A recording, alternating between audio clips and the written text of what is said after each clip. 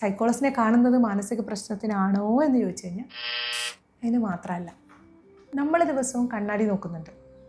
എന്തിനാ നമ്മൾ കണ്ണാടി നോക്കുന്നത്? എൻ്റെ കണ്ണിങ്ങനെയാണ്, എൻ്റെ മുഖം ഇങ്ങനെയാണ്, അല്ലേ, എൻ്റെ മുടി ഇങ്ങനെയാണ്, ഇതന്നെയാണ് ഞാനും കാണുന്നത്. പക്ഷേ അതിനകത്ത് ഈ മുടീനെ തന്നെ കുറച്ച് ഭംഗിയായിട്ട് എനിക്ക് അറേഞ്ച് ചെയ്യാൻ കണ്ണാടി യൂസ്ഫുള്ളാണ്.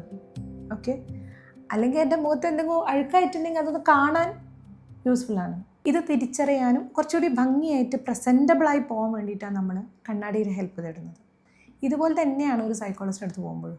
നമ്മൾ അതുവരെ ചിന്തിച്ചുണ്ടാക്കി വെച്ച നല്ലതോ ചീത്തയായോ നമ്മൾ പഠിച്ചെടുത്ത ബിഹേവിയറിനകത്ത് അത് എനിക്കോ മറ്റുള്ളവർക്കോ എന്തെങ്കിലും ബുദ്ധിമുട്ടുണ്ടാക്കുന്നുണ്ടോ നല്ലതുണ്ടാക്കുന്നുണ്ടോ എനിക്കത് നല്ലതിനാണോ എന്നൊന്നും നമുക്ക് ആരും അത് പറഞ്ഞു തന്നിട്ടില്ല.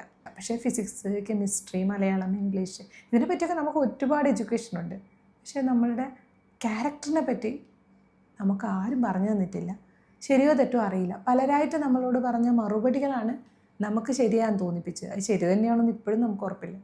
പിന്നെ നമ്മളെ പെരുമാറ്റത്തിൽ മറ്റുള്ളവർക്ക് അതെങ്ങനെ നല്ല രീതിയിൽ കൊടുക്കാൻ പറ്റുന്നൊക്കെ അറിയണമെന്നുണ്ടെങ്കിൽ നമ്മളെ ലൈഫ് കുറച്ചുകൂടി അപ്ഗ്രേഡ് ചെയ്യണം.